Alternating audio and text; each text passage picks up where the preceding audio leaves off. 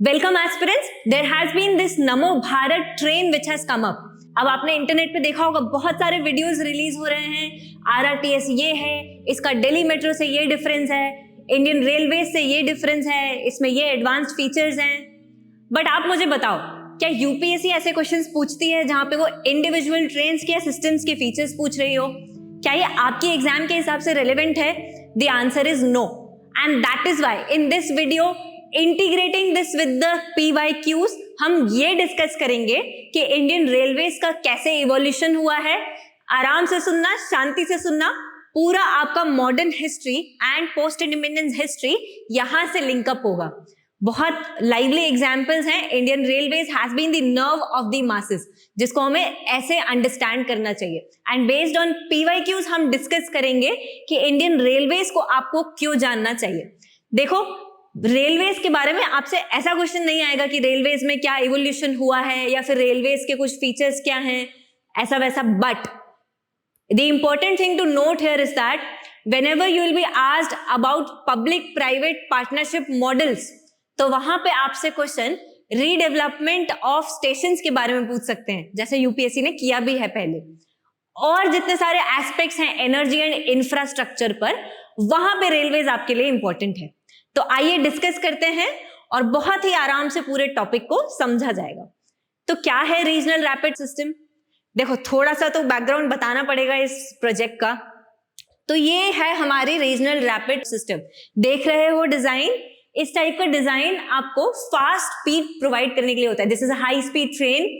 Features ये हैं, देखो, काफी सारी सिटीज जो होती हैं वो कनेक्टेड होती हैं रेलवेज में। मेन जो रेलवेज है, मेन जो ट्रेन रूट्स हैं वहां से।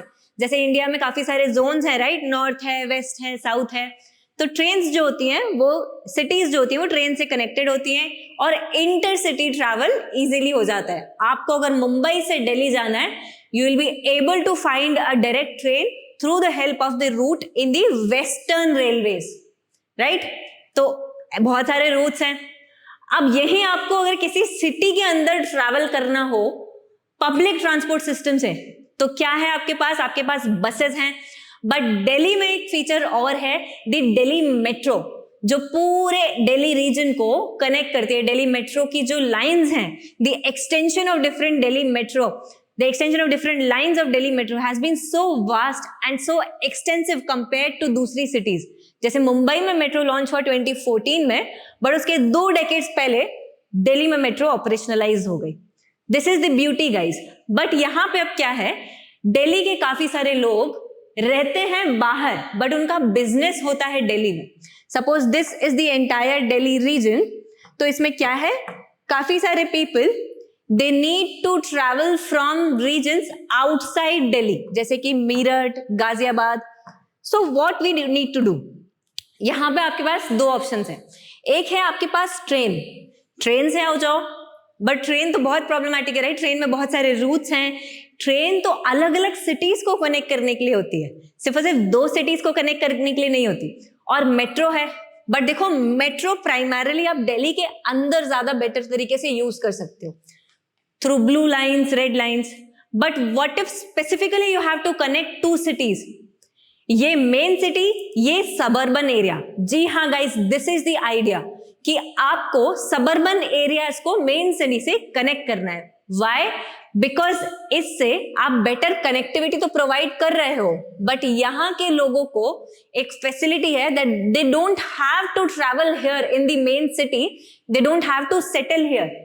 यहां पे क्राउडिंग नहीं होगी। Rather what will happen, suburbs will be developed, right? हमारे यहां भी लंदन, न्यूयॉर्क जैसा सिस्टम आएगा। People will be daily travelling from their suburbs, and this is the beauty कि यहां पर आपको कंजेशन काफी कम होगा, right? Housing issues will be less in the main city area where there are all the offices, because people through such systems like RRTS can easily travel. And this is the concept, guys. Or that is why this project has not been under Ministry of Railways. Yes, it is a rail system. Yes, it is an intercity system. But जैसे हमने Delhi metro के लिए DMRC construct किया एक body, वैसे ही हमने इसके लिए एक स्पेसिफिक बॉडी कंस्ट्रक्ट की है for the construction of this system in the NCR region, right? And this body is under the authority of Ministry of Housing and Urban Affairs. All right. So this is the idea. Why this has been under the Ministry of Housing and not under the Railways? क्योंकि देखो यहाँ पे housing के issues are involved. All right. So this is all related to your urbanization, the problems of urbanization, you know, the problems associated with pollution, congestion with urbanization. और ये सब आपका interlinked है. अब start करते हैं main history से. तो फ्रेंड्स आराम से सुनना और नोट डाउन भी कर सकते हो for your future reference.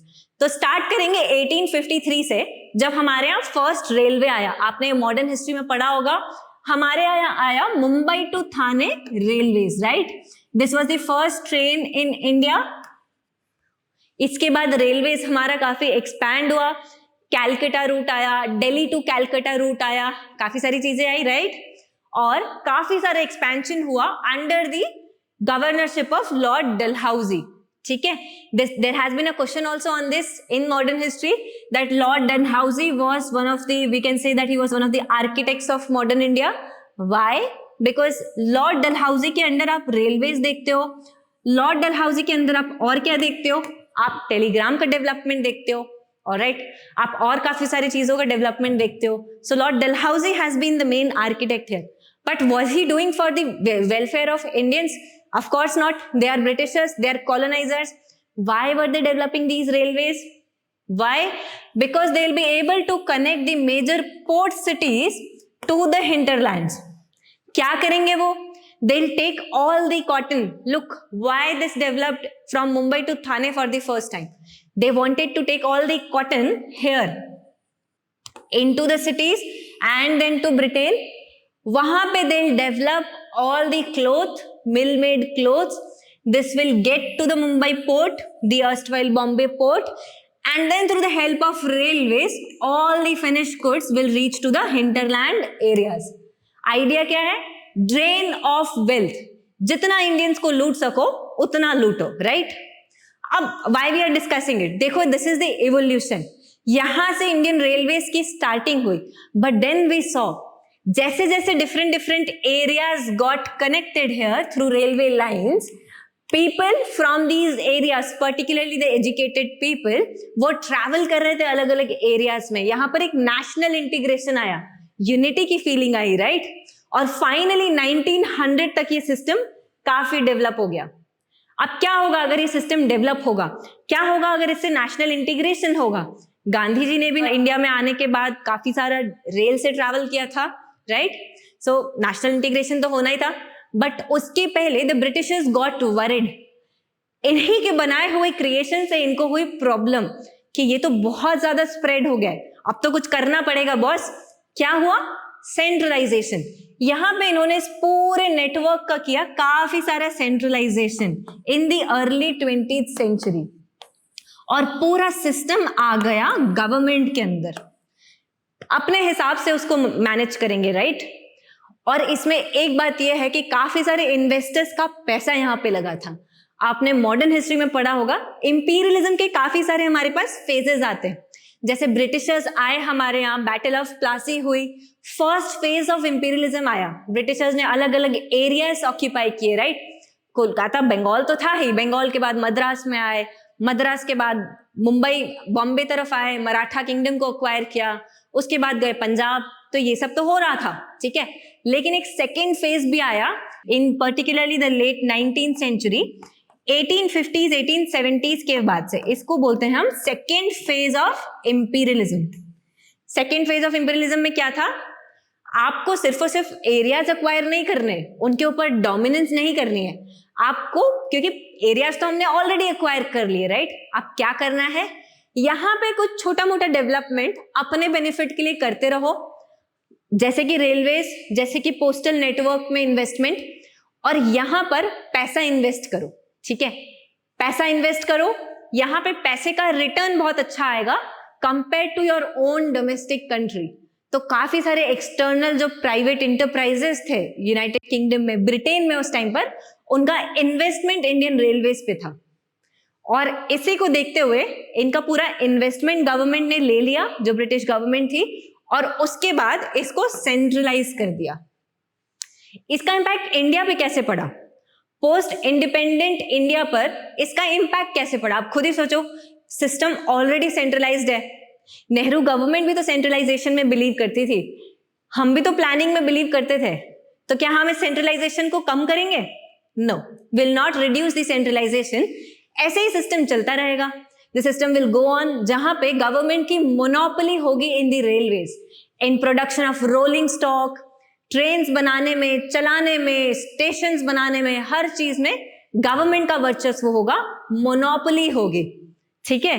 But इसमें फिर नया क्या हुआ? आई मीन सिस्टम तो ऐसे ही चल रहा है, कुछ चीजें नई हुई हैं विच आई विल एक्सप्लेन। देखो यहाँ पे नया क्या है वो एक्सप्लेन करना जरूरी है। अब यहाँ पे क्या नया हो सकता है? देखो ट्रेन्स में तो कुछ नया हुआ नहीं, उनके मैनेजमेंट में तो कुछ नया हुआ नहीं, बट रूट्स में एंड जोन्स में जरूर हुआ है। हमने बेटर रेलवेज के मैनेजमेंट के लिए पूरे इंडिया में जितना भी रेलवेज था उसको हमने जोन्स में डिवाइड किया है। कौन कौन से जोन्स हुए हमारे पास? हमने बेसिकली कुछ जोन्स क्रिएट किए, जैसे नॉर्दर्न जोन, जैसे वेस्टर्न जोन, जैसे सदर्न जोन, जैसे ईस्टर्न जोन, जैसे सेंट्रल जोन, और finally north eastern zone. North eastern zone एक अलग है, आपने लक्ष्मीकांत में अपनी पॉलिटी की बुक्स में कुछ कुछ जोनल काउंसिल्स पढ़े होंगे, राइट? उसी लाइंस पर, उसी स्ट्रक्चर पर 1950s में ये जोन्स आए। बट यहां पे रेलवेज का हमारा ऑब्जेक्टिव देखो, पीछे का ऑब्जेक्टिव समझना बहुत जरूरी है।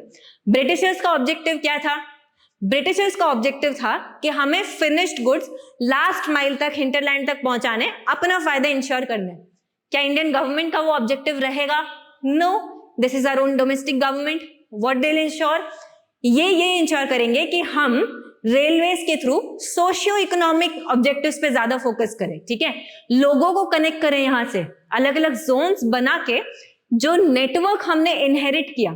जैसे ब्रिटिशर्स से हमने 54,000 किलोमीटर्स का समथिंग का नेटवर्क, रेल नेटवर्क, इतना वास्ट रेल नेटवर्क ब्रिटिशर्स ने बिछाया था, उसको हम फर्दर डेवलप करें, पुराने नेटवर्क्स पर ज्यादा ट्रेन्स चलाएं, जो एरियाज अभी कनेक्टेड नहीं है उनसे कनेक्ट करें, और लोगों को सावधानी, लोगों को बराबर सुविधा हो ट्रैवल करने में।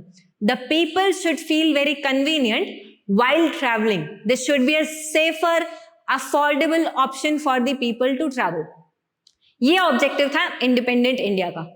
बट आप मुझे बताओ, क्या इससे बिजनेस क्लास हैप्पी रहेगी? क्या इससे आप better ease of transportation of goods establish कर पाओगे? The answer is no. क्यों नहीं कर पाओगे?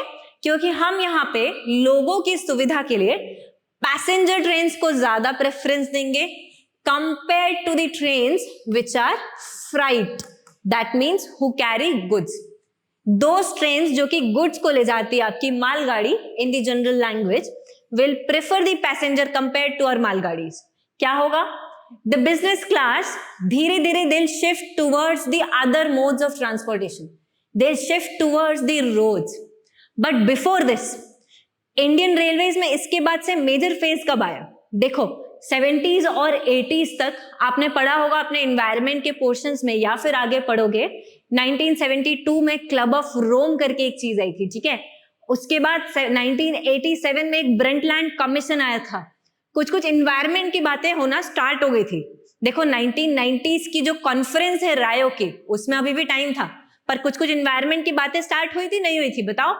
अब यहाँ पे जब एनवायरनमेंट की बातें स्टार्ट होंगी तब रियलाइज होगा कि जो स्टीम इंजन्स हैं जिनको हम अभी यूज करते हैं for railways, first of all they are technologically not that advance.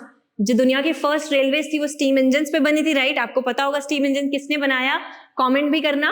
अब क्या हुआ कि यहाँ पे बात हुई कि ये टेक्नोलॉजिकली एडवांस तो नहीं है, along with that these steam engine run railways और द कोल रन रेलवेज, जो कि कोल पावर से बनती है, बेसिकली कोल आप हीट अप करते हो, फिर स्टीम बनती है, स्टीम से हम रेलवेज को रन करते हैं। This is polluting, there is coal being used, emissions होंगे, राइट? कार्बन डाइऑक्साइड एमिशंस की बात होने लगी। सो यहां से 1979 we formed a body called CORE. What is the objective of it? Simple, electrification को प्रमोट करना। In 1979 where we had Indira Gandhi government. आपको पता भी होगा, you might be knowing, Indira Gandhi was famous for her environmental initiatives. Apart from poverty removal, Indira Gandhi ने काफी सारे steps लिए थे रिगार्डिंग एनवायरमेंट, जैसे कि साइलेंट वैली को प्रमोट, साइलेंट वैली के प्रोटेक्शन को इंश्योर करना, कंजर्वेशन को इंश्योर करना, और बहुत सारी चीजें थी. इंदिरा गांधी के टाइम पर ही हमारे पास एयर एक्ट, वाटर एक्ट, ये सारी चीजें आई थी. बट उसके बाद है Rajiv Gandhi. Now connected to Rajiv Gandhi era. देखो आपने बिपिन चंद्रा में पोस्ट इंडिपेंडेंस वाली हिस्ट्री बुक में, या फिर आपने जो भी नोट्स पढ़े होंगे पोस्ट इंडिपेंडेंस के, क्या पढ़ा है? राजीव गांधी गवर्नमेंट के टाइम पर आया technology. What was the objective of Rajiv Gandhi?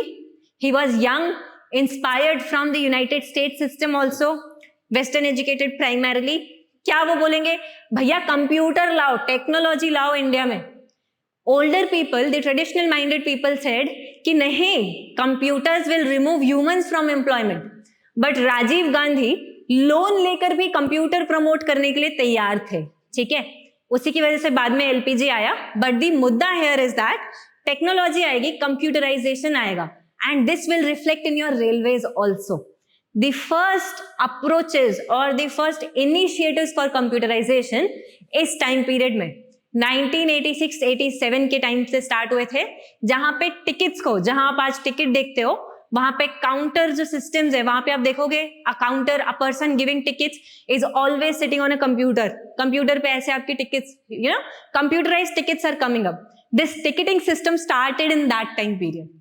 This is the beauty guys, जो आपको अलग अलग प्राइम मिनिस्टर्स के इनिशिएटिव्स और उनकी फिलोसफी से you can connect with whatever has been happening in different sectors in the country.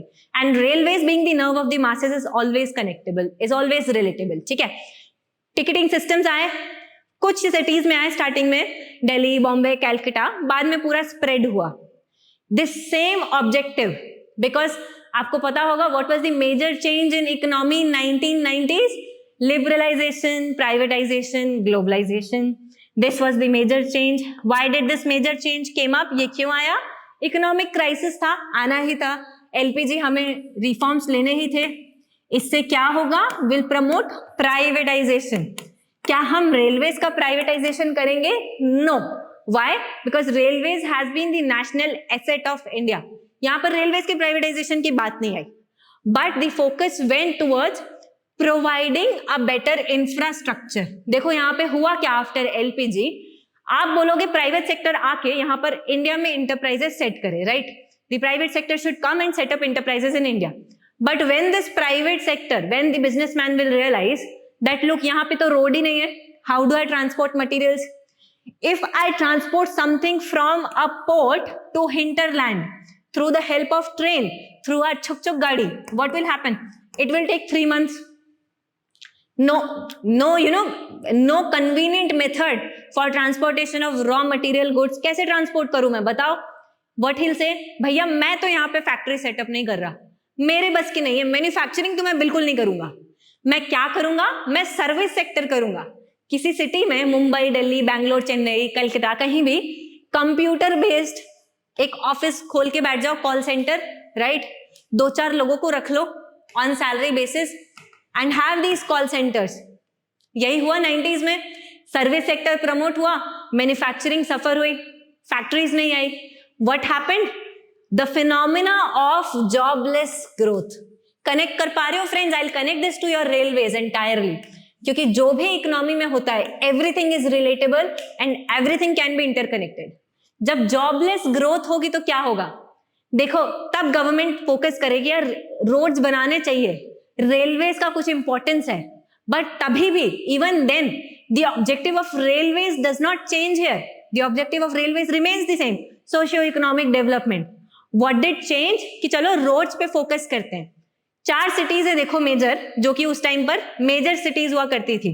अभी तो lot of growth has happened, but still in 1990s and early 2000s there were 4 cities which were primarily quite important. Pardon me for the map here, for the messy map here. This is not a real map. This is just for your understanding. यहाँ पे दिल्ली है, मुंबई है, बैंगलोर है, Chennai also to some extent, Kolkata. तो यहाँ पे क्या होगा? हम 4 cities को गोल्डन क्वाड्रिलेटरल से कनेक्ट करेंगे. What is this golden quadrilateral? देखो golden quadrilateral and dedicated freight corridor में बहुत कंफ्यूजन होता है स्टूडेंट्स को, and both of these are important for your exams. Very old initiatives, landmark initiatives who have changed the trajectory, पता होना चाहिए. दो सुनो ध्यान से. Golden quadrilateral connects the 4 major cities of India through highways, expressways primarily. That means it is a road based transportation. ठीक है. How is dedicated freight corridor different? देखो ये आया 2001 में, ठीक है. उसके बाद गवर्नमेंट ने रियलाइज किया कि हम रोड के लिए तो कर रहे हैं कुछ, पर क्या हम मेजर सिटीज को रेल के लिए नहीं कनेक्ट कर सकते? देखो मालगाड़ी आती है अलग अलग जगह पे, freight trains, right? The freight trains carrying goods, they also need to be promoted and connected between these 4 cities, right? तो यहां पे आएगा रेलवेज का major initiative of dedicated freight corridors, and this is the difference between golden quadrilateral and dedicated freight corridors. Same route will be connected through freight corridors. That means only and only freight trains will travel here. Now connected to the post independence history. क्या था objective post independence history में? Passenger trains, passengers को convenience. What is the objective now? Freight trains को भी promote करो यार, मालगाड़ी को प्रमोट करो. This is very important. मालगाड़ी की स्पीड बहुत ज्यादा स्लो नहीं होनी चाहिए, ट्रांसपोर्टेशन के लिए तो कुछ होना चाहिए. If this will not happen, what will happen? देखो सारा आपका ट्रैफिक चले जाएगा रोडवेज में. कुछ उसके नेगेटिव्स हैं, रोड इंफ्रास्ट्रक्चर बनाना पड़ेगा. और क्या नेगेटिव्स हैं? बसेस में कम कैपेसिटी होती है कंपेयर टू ट्रेन्स. अब देखो 500,000 लोग एक साथ ट्रैवल कर रहे हैं, बसेस में सिर्फ 50 लोग ट्रैवल कर रहे हैं, ठीक है. Lot of buses will be required to move the same amount of goods here. If the goods are travelling, what will happen? Carbon emissions, pollution will be more, load on systems will be more. That is why always trains are preferred more for road compared to roadways. और ये government ने realise किया after the 2000s, and that is why after that, particularly after 2009-10 when we had Mamata Banerjee as the railway minister, जब ममता बनर्जी हमारी railway minister थी, वहां से हमने देखा that railways pick the major pace again compared to roadways. 2007-8 तक क्या था? रोड बनाओ, जीडीपी बढ़ाओ, grow the GDP through roadways and just continue. But then we realized, देखो environmentally trains are much better, affordability wise trains are much better. अगर हम freight trains पर भी थोड़ा ध्यान देते हैं compared to passenger trains, अगर हम freight trains की speed को passenger trains के चक्कर में कम नहीं करते, what will happen?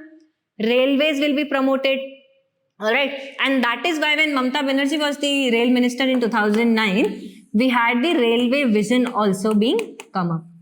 This was a new rail vision. क्या बोलेगा ये रेल विजन? अलग अलग एस्पेक्ट्स पे बात होगी. देखो अब यहां से I will explain a little bit about committees, little bit about other things, but here I need you to understand the major components of railway reforms. If I say about railway reforms, what do I mean by it? क्या मतलब है railway reforms का? That we'll try to understand from here, and then we'll see कि ये जो committees आई थी सारी, रेल प्लान आया, रेल विजन आया, ककोदकर कमिटी आई, सैम पित्रोदा कमिटी आई, other committees which have come up, Vivek Debroy committee आई, राकेश मोहन कमिटी आई. What all these have said, major recommendations of each of these. I'll try to tackle that so that you know all about the reforms of the railways, which is more important for your exam. Let's look at it. Let's first of all understand what do you mean by railways. Railways की क्या components हैं? क्या components होंगे guys?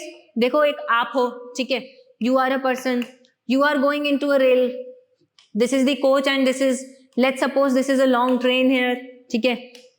अब ये हवा में तो travel नहीं करेगी, right? There will be some tracks here, there will be a station here, so there is this railways component about the coaches, engines, manufacturing of these, ये सब इंपॉर्टेंट है. इसके अलावा क्या रहेगा? Stations, there will be stations here for the railways, alright. So stations will require a lot of redevelopment and all, renovation and all, that will be there. इसकी क्या capacity है? In these there are 2 different aspects. One is the capacity related to load which you can carry. जो speed आप provide कर सकते हो. The average speed of Indian railways although even right now is much less than the average of the world. But यहाँ पे क्या important है? Only is that the only important aspect? Speed provide कर दो, high capacity, more number of coaches you can add in one train. Is that the only objective? नहीं. Safety का भी objective बहुत इंपॉर्टेंट है भाई. टकरा गई ट्रेन कहीं पे, कुछ हो जाएगा. इस साल also there has been this Odisha tragedy, very tragic incident. Safety is also important, right? So capacity is important, safety is important. अब ये सारे एस्पेक्ट्स देखेगा कौन? Who will look into all these aspects? The management, our Indian government, the authorities. There should be importance about the authorities also, no? The management overall of the railways. अब क्या इतना ही? Is that the only stuff? The cost which you are able to provide these services in, वो भी important है. पैसा भी matter करता है, राइट? क्या यहाँ पे रेलवेज के लिए all this is profitable? For a lot of time Indian Railways is not considered to be profitable. Guys, आपने न्यूज़पेपर्स में एक बात सुनी होगी, operating ratios. What do you mean by operating ratios? Suppose मैं 1 रुपया लेती हूँ, आई एम टेकिंग 1 रुपी, इसमें से मैं 98 पैसा खर्च कर देती हूँ ये सारी रेलवेज की चीजों में. मुझे प्रॉफिट होता है सिर्फ 1 पैसे का, 1.5 पैसे का. Is that a viable preposition? Change करना पड़ेगा, राइट? प्रॉफिट्स आपके ज्यादा होने चाहिए, ऑपरेटिंग कॉस्ट आपकी कम होनी चाहिए. Alright, this is the objective of railways. At least if 98 point something is the operating ratio, इस साल इतना ही है, so at least try to bring it to 95. This is the objective here, guys. So we are also working on operating ratio, मतलब कि cost of Indian Railways. Cost यहाँ पे कम रखनी है. All these are the objectives. यही है major railways के components. How will the government tackle each of them? One by one. जैसे Rakesh Mohan committee during the Vajpayee government, now connected. This was the first Bhajpa government which was able to complete its entire term in independent India. पहली भाजपा की government जिसने अपना पूरा tenure complete किया 5 साल का, वाजपेयी जी की गवर्नमेंट. ये क्या बोलेगी? ये बोलेगी थोड़ा सा प्राइवेटाइजेशन पर भी फोकस करो. This is nothing but Rakesh Mohan committees recommendation. इसके अलावा रेलवे रेगुलेटरी अथॉरिटी बनाओ, रेलवेज के रेगुलेशन के लिए कोई अथॉरिटी बनाओ आप, बेटर एक बेटर मैनेजमेंट के लिए कुछ थोड़े बहुत रिफॉर्म्स लाओ. उसके बाद आएगी हमारी ममता बनर्जी की मिनिस्टरशिप, रेलवे मिनिस्टरशिप 2009 के आसपास. वो देंगे एक plan which will be a holistic plan, multiple components related to it. जैसे कैपेसिटी में पब्लिक प्राइवेट पार्टनरशिप को प्रमोट करो, जैसे मैनेजमेंट में थोड़ा सा चेंज करो स्ट्रक्चर को, रेलवे मैनेजमेंट की चीजें अलग रखो और टेक्निकल चीजें अलग रखो. देखो कुछ साल पहले आपने एक न्यूज सुनी होगी, अलग अलग जो रेलवे की सर्विसेज हैं उनको हमने बना दिया इंडियन रेलवे मैनेजमेंट सर्विसेज. ठीक है, एक इंटीग्रेटेड स्ट्रक्चर. 2 अलग अलग टाइप के ऐसे स्ट्रक्चर्स आएंगे. That's it. This was the recommendation of this 2009 committee. मतलब कि अलग अलग बहुत सारी सर्विसेज रखने की जरूरत नहीं है. इंडियन रेलवेज ये, IRTS ये वो नहीं, कुछ नहीं. सिर्फ मैनेजमेंट का एस्पेक्ट अलग, टेक्निकल का एस्पेक्ट अलग. ये था इनका रिकमेंडेशन. बट बाद में हमने इसको एक एंटायरली इंटीग्रेटेड स्ट्रक्चर अब बना दिया है. ठीक है, एक सर्विस बना के Indian railway management service. Idea क्या है? फ्रिक्शंस नहीं होंगे अलग अलग सर्विसेज के बीच में. ठीक है, the more number of services you have, the more number of departments you have, greater problems you face.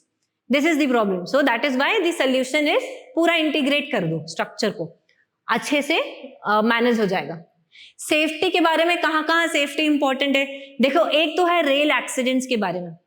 इसमें सेफ्टी में 2009 के रेल विजन ने भी बात की, बट इसके अलावा हमने स्पेसिफिक कमिटीज बनाई. जब हमने देखा रेल एक्सीडेंट्स कम नहीं हो रहे, कैजुअलिटीज बढ़ रही हैं, तो हमने 2011-12 के आसपास ककोदकर कमिटी बनाई, a high level committee on safety of railways itself. वो क्या बोलती है? देखो, आज से 10 साल पहले का टाइम है. लॉजिकली सोचो क्या बोलेगी वो कमिटी. क्या 10 साल पहले आज के जैसी टेक्नोलॉजी थी? नहीं थी. क्या 10 साल पहले उतने इलेक्ट्रॉनिक सिग्नलिंग सिस्टम्स होंगे? नहीं होंगे. पुरानी मूवीज में आपने देखा होगा रेलवे के डब्बे के पीछे एक सिग्नल देता हुआ पर्सन होता है, ठीक है।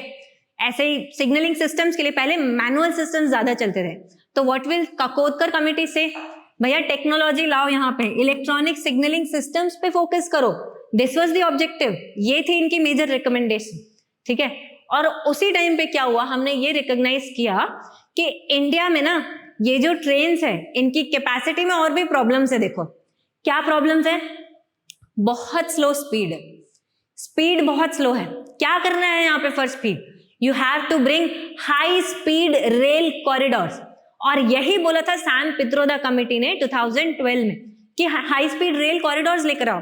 यूरोप के एग्जांपल्स को देखो, वो क्या कर रहे हैं, जापान को देखो, कितनी ज्यादा तूफान से चलती हुई ट्रेन है, राइट। हमारे यहाँ भी वो सिस्टम्स आने चाहिए। अब स्पीड का क्या मुद्दा है भैया, स्पीड कम ही हो, सेफ्टी तो हो ना, सेफ्टी पे ज्यादा फोकस करो, स्पीड को छोड़ो नहीं। Why we are promoting semi high speed and high speed trains? Because they will be able to transport goods in a lesser time. Less times, better ease of doing business.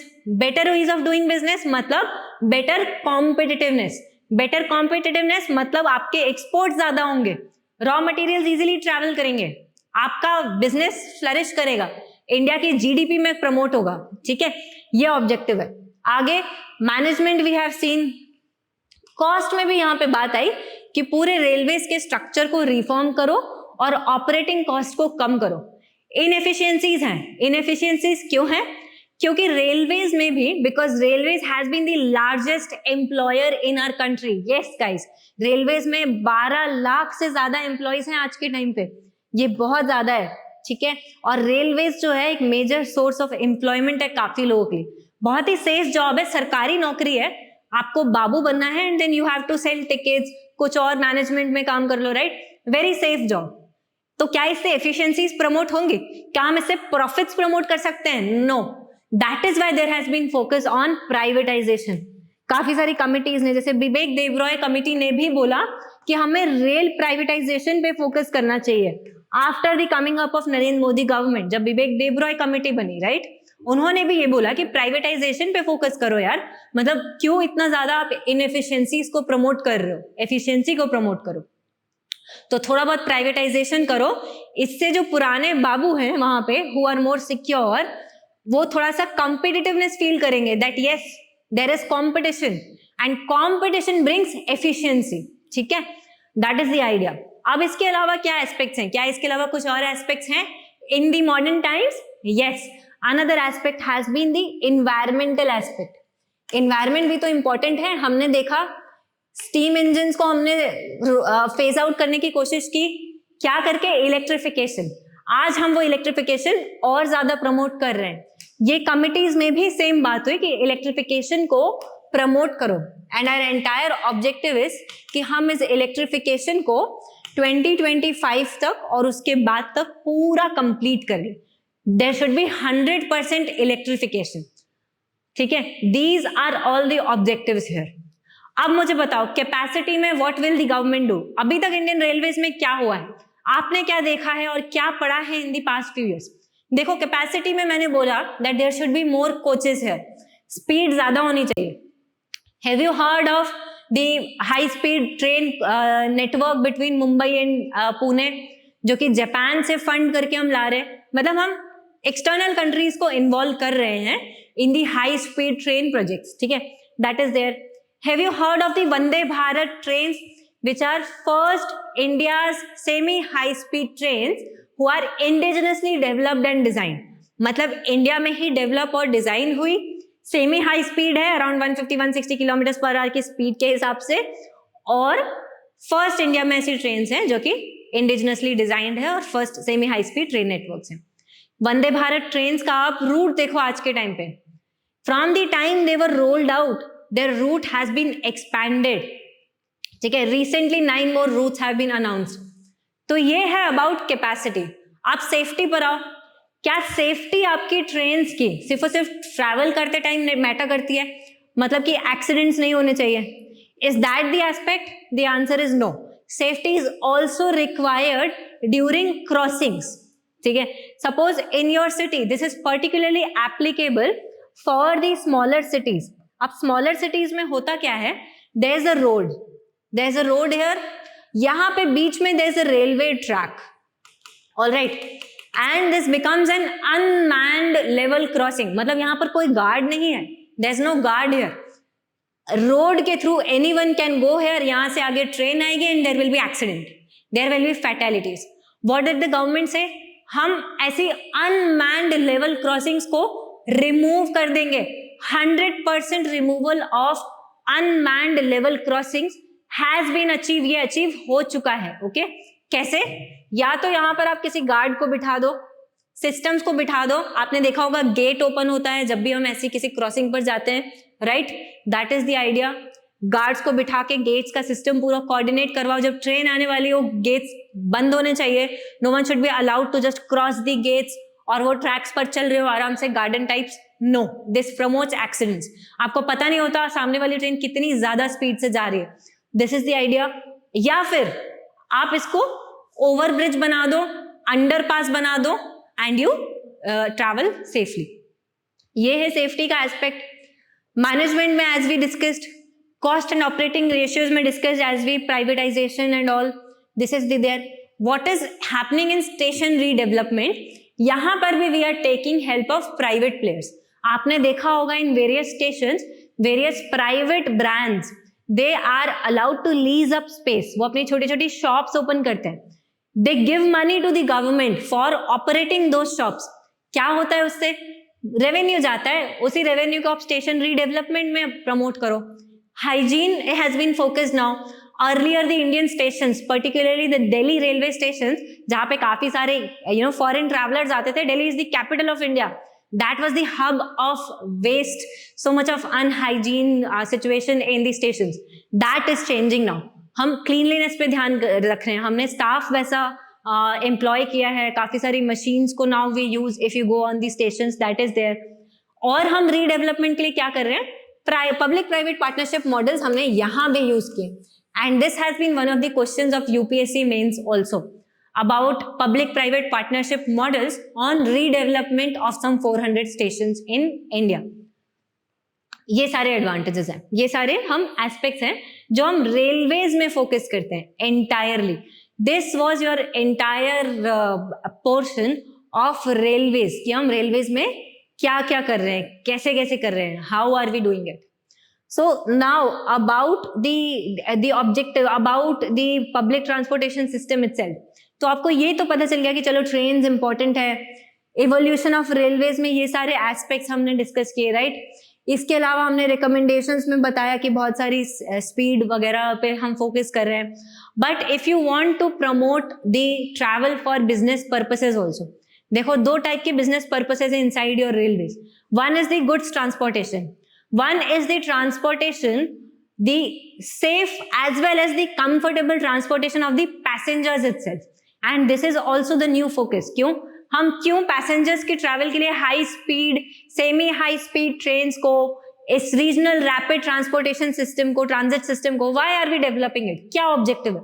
Objective यही है कि आप passengers को एक high speed option दे रहे हो, so that if they want to go somewhere for business purpose, they can return the same day, they can travel faster.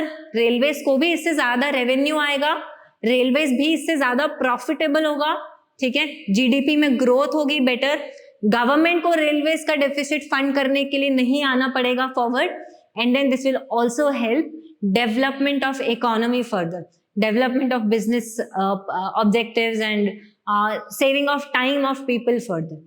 इसीलिए हम ऐसी इंटरसिटी ट्रैवल्स को प्रमोट कर रहे हैं. सेफ्टी के एस्पेक्ट्स हमने देखे. What are the aspects related to safety?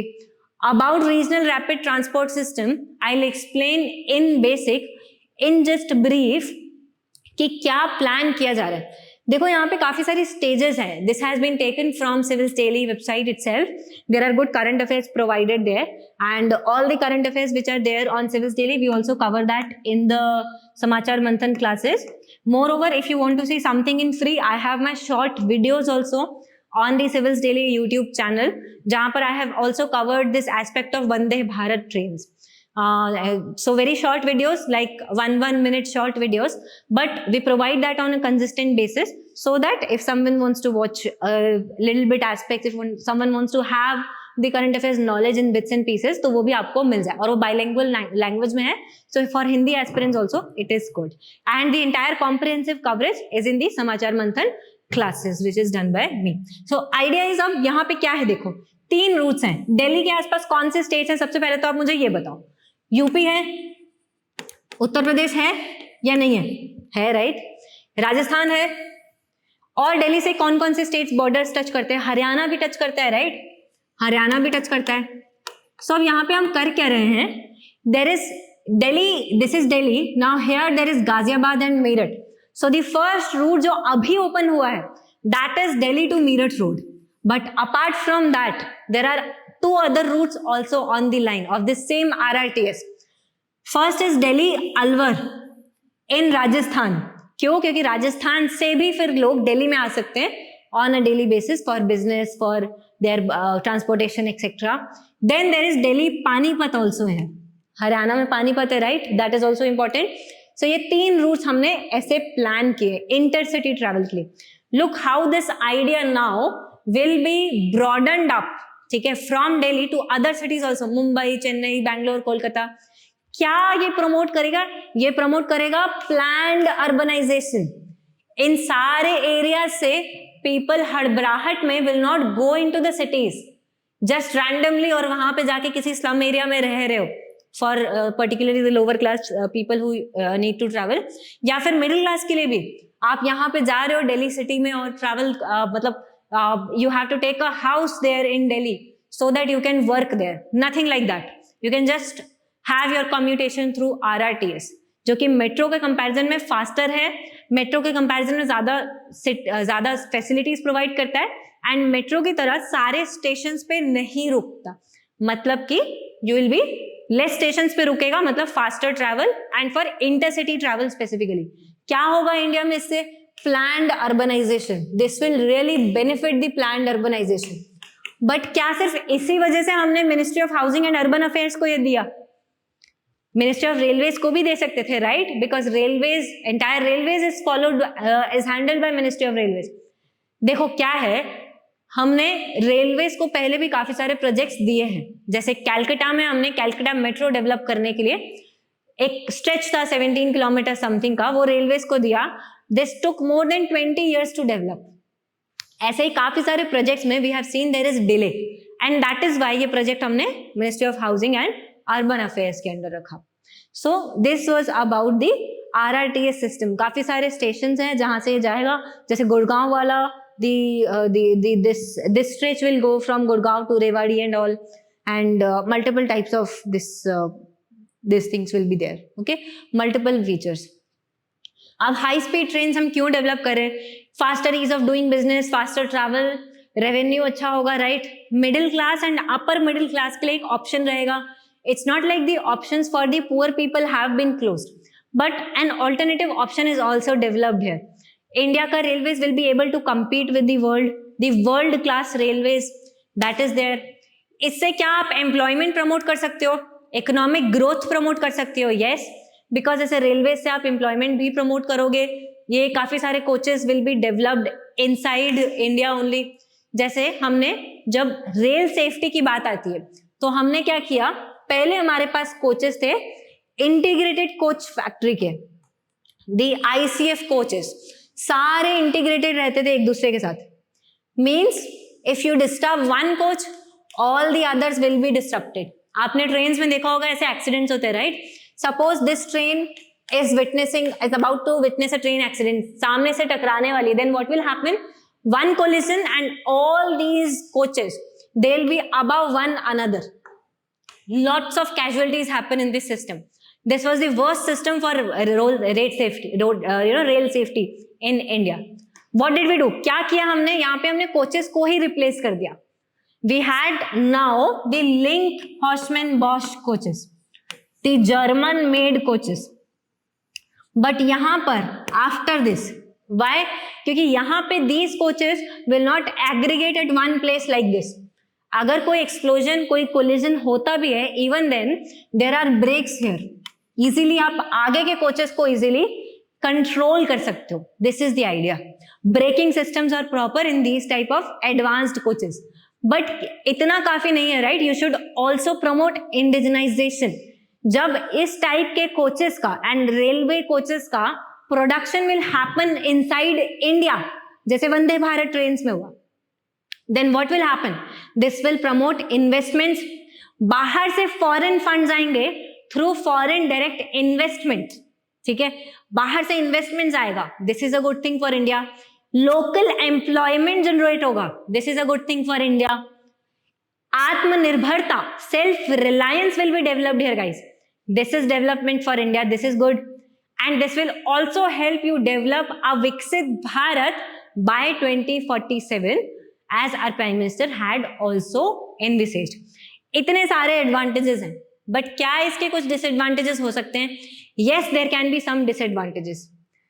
अब बिकॉज RRTS लॉन्च हुआ है, मैं आपको RRTS के एग्जाम्पल से ही बताती हूँ what can be the disadvantages. देखो, हम इंटरसिटी ट्रैवल के लिए हाई स्पीड ट्रेन प्रमोट कर रहे हैं, जो कि बहुत एडवांस्ड है फीचर्स में भी. जैसे मेट्रो में अभी क्या होता है, जैसे ही ट्रेन एक स्टेशन पे रुकती है, मेट्रो रुकती है, तो अचानक से डोर्स आर ओपन्ड.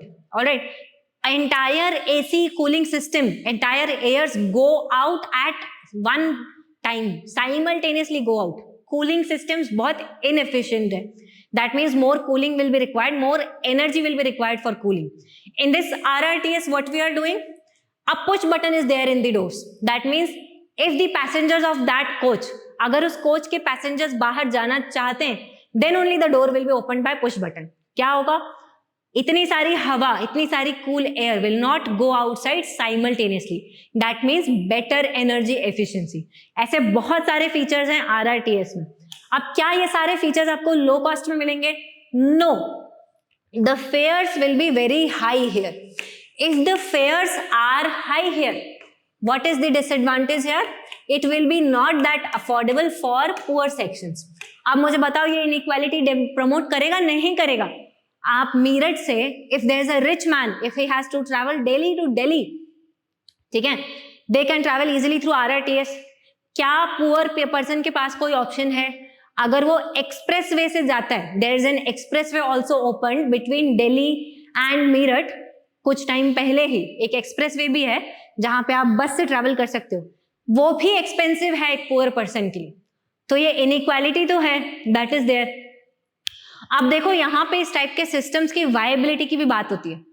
जब इंडिया का कंज्यूमर इतना प्राइस सेंटर्ड है, हम बोलते हैं कि इंडिया का कंज्यूमर काफी कंजूस है, मतलब please don't offend, please don't get offended, it's not targeted anyone, but ऐसा बोलते हैं that you know we generally say कि इंडिया का कंज्यूमर बहुत ही price, they are very sensitive to price. जैसे ही प्राइस बढ़ाओगे, people will not buy it.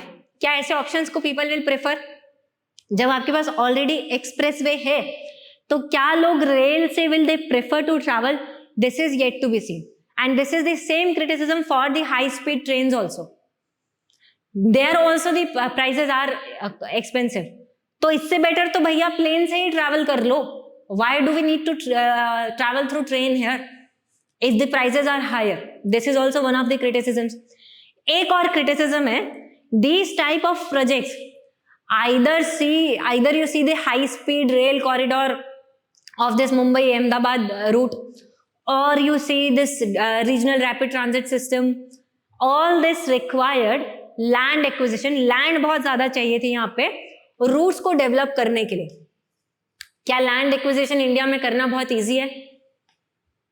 इसी की वजह से एक टसल आ गया है दिल्ली गवर्नमेंट और सेंट्रल गवर्नमेंट में कि कैसे लैंड एक्विजिशन को करे. बाकी जो 2 रूट्स हैं अपार्ट फ्रॉम दिल्ली मेरिट, उसके लिए दिल्ली गवर्नमेंट पहले हाथ खड़े कर चुकी है कि हम ना करेंगे ये रूट्स. अभी उसमें और देखना है what will happen between. Primarily talks होंगे और कुछ रिजॉल्व होगा, but land acquisition is also one of the issue जो कि प्रॉब्लम्स क्रिएट करता है. सो ये सारे मेजर प्रॉब्लम्स हैं विच आर देयर, बट इन सबके कुछ सोल्यूशंस भी हैं. ठीक है, आप लैंड एक्विजिशन को स्ट्रीमलाइन कर सकते हो. काफी सारे एफर्ट्स इसके लिए ऑलरेडी किए गए हैं. कॉस्ट को भी आप थोड़ा सा देख सकते हो, मार्केट रिसर्च कर सकते हो, कहाँ तक एक कॉस्ट जो है वो मोस्ट बेनिफिशियल है for the passengers and most preferred है पैसेंजर्स के द्वारा भी. क्या कॉस्ट है जो पैसेंजर्स पे कर सकते हैं, तो वहाँ अपर लिमिट तक, वहां तक आप फेयर रखो एंड उसके बियॉन्ड आप फेयर नहीं रखो. All this can be done.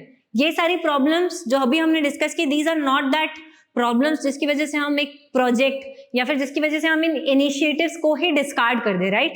Because आपकी remedy should never be expensive than the problem itself. Remedy यहाँ पर एक्सपेंसिव नहीं है, रेमेडी यहाँ पर सुटेबल है। कुछ प्रॉब्लम्स हैं जिनको आप डील कर सकते हो।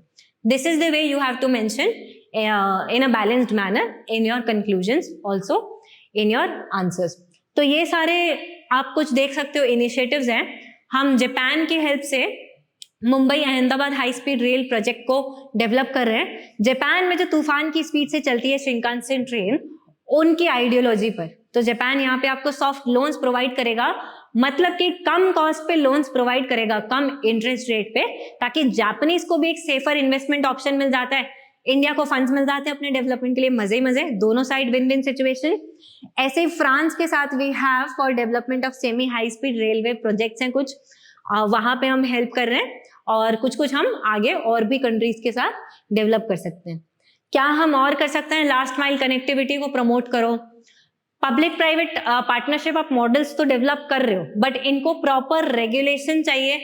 ऐसा ना हो कि इसकी वजह से इनइक्वालिटी बढ़े। Private sector Delhi to Mumbai या मुंबई टू अहमदाबाद के रूट में तो आए, बट जो हैमलेट वाली लोकेशंस है, इंटीरियर वाली, उनको कोई फायदा ही ना हो।